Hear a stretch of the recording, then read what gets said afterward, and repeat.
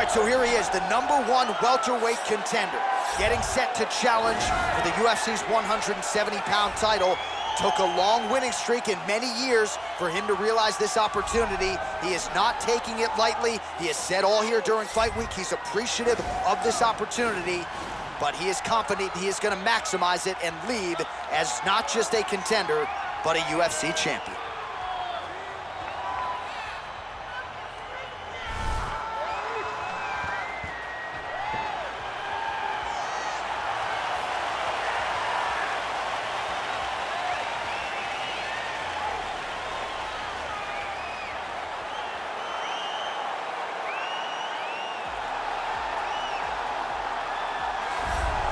He is the reigning, defending, undisputed UFC welterweight champion of the world, and in a division that has so much depth in that top 15, it's even more remarkable that this man has remained the hunted. The question tonight, with a powerful challenger out of that blue corner, can he walk away and still?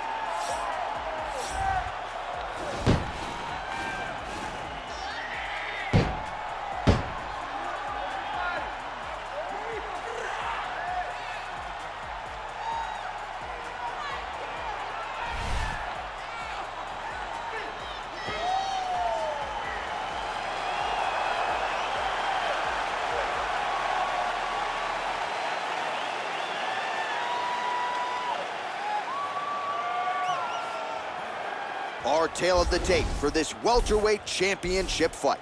The Russian is 29. The Brazilian is 35. He will have a 9-inch reach advantage. All right, now for the particulars, we go inside the octagon to Bruce Buffer. Ladies and gentlemen, this is the main event of the evening.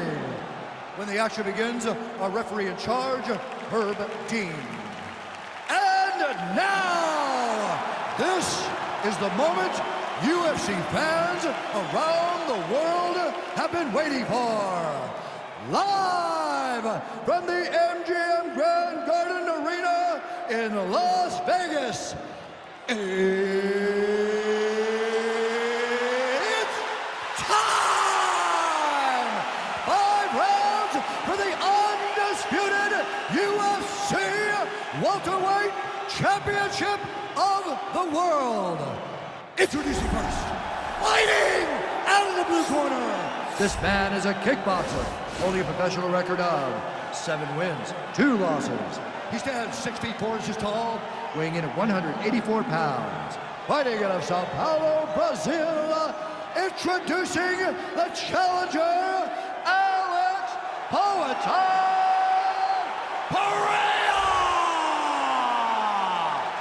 And now, introducing the champion, fighting out of the red corner. This man is a wrestler, holding a professional record of 24 wins, 1 loss. He stands 5 feet 10 inches tall, weighing in at 155 pounds. Fighting out of Makhachev, Russia, ladies and gentlemen, presenting the reigning, defending UFC welterweight champion of the world, is from Makhachev.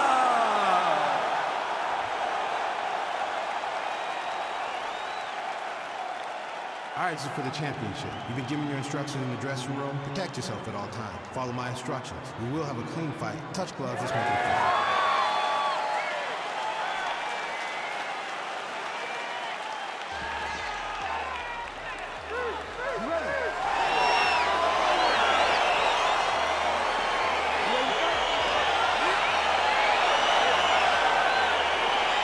So here we go with round 1, and when you have what looks like a classic matchup of striker versus grappler, it doesn't always play out that way, but given what these fighters said to us on Thursday, the game plan seemed pretty clear. They're very clear game plans, but which one of them is able to implement the game plan most effectively? The grappler will try to get forward, get close, try to secure takedowns.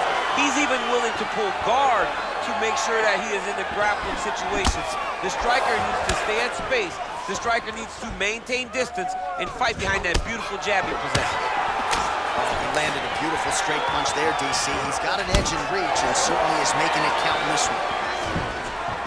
Well, perhaps a sign of things to come as he lands a kick there. Nice kick landed by this gentleman. what a wrestler. That was an amazing takedown. Close guard. Oh, nice job using his strength there to posture up. We'll see what he can do now. He's gonna start looking to land big shots from the top. Trying to pass the guard here, but a nice job by the bottom fighter defensively. Bottom fighter did a fantastic job of following with his hips, making sure he blocked any attempt to get past his guard. I love watching this guy move on the ground. Another nice transition there. Such a high-level grappler. You don't see that very often. Oh, his opponent squirming like a fish out of water now. The ground and pound is on point. This could very well be the beginning of the end. This could be the beginning of the end. We've seen some really good ground and pound fighters. This young man is as good as any we've ever seen. Man, how fun is this to watch as he continues to dole out damage with the ground and pound? Take it back to the days of guys like Mark Coleman, just beating people up in the ground and pound. This guy is a throwback fighter, and he's very fun to watch. Yeah, the Godfather would be proud. All right, well, both fighters pretty comfortable on the ground, DC, but you got to be very careful hanging out here for too long if you're his opponent. A lot of top pressure being applied here as he works out of side control. Oh, the ground and pound strikes continue to rain down. The opponent better move out of harm's way or the referee's going to stop this. He better start to move, and when his opponent starts to posture, he needs to put his feet on the hips, push him away to try to escape this very, very dangerous position. Oh, he's got the ground and pound going now. All right, 45 seconds now to go on the round. Man, isn't it fun to watch this dude work on the mat? He's unbelievable how fluid he is in his motions on the mat. All right, so inside the open guard of his opponent, you got to be careful playing around for too long here on the ground with this guy. Well, you see all the grappling repetitions here. Just beautiful movement, seamless transitions on him. Over and over, these guys are doing things that you see in every jiu-jitsu gym around the country. Working off of his back here. Looks like he may try to hip escape. Round 2 is next.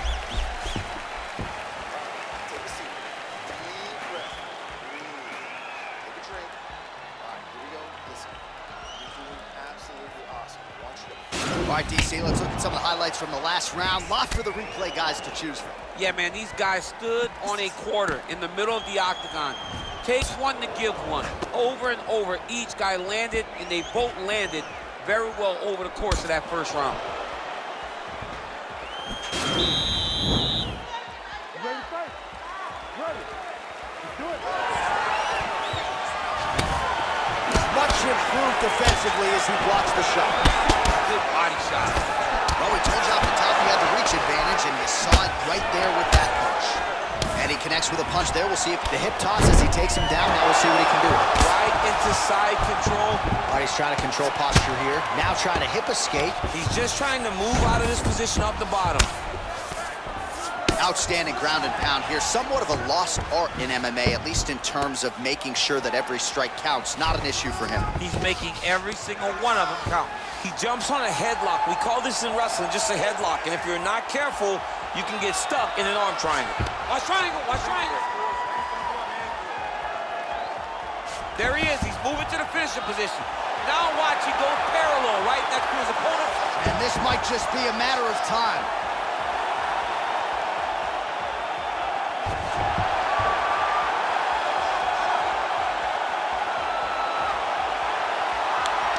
And there it is. He's done, he's done. Oh my goodness, what a fight. Yeah, that is high-level grappling right there as he gets the win tonight here by way of submission. And he bided his time there. He stayed patient, waited for an opening, and then when it was there, he certainly capitalized to get the tap here tonight. All right, let's take a look back at the replay as he gets it done by submission tonight, champ. I mean, you know, this guy has such a great submission game that you cannot lay in his guard. He's so skilled, he's so tricky, and he's so good at weaving a web that gets you lost in it that he made him pay for it tonight and got the submission victory. And there he is, the UFC welterweight champion of the world. What a moment for him here tonight as he earns the victory by submission. Ladies and gentlemen, referee Herb Dean is going to stop to this contest at 1 minute, 45 seconds of round number 2. Declaring the winner by tap out and still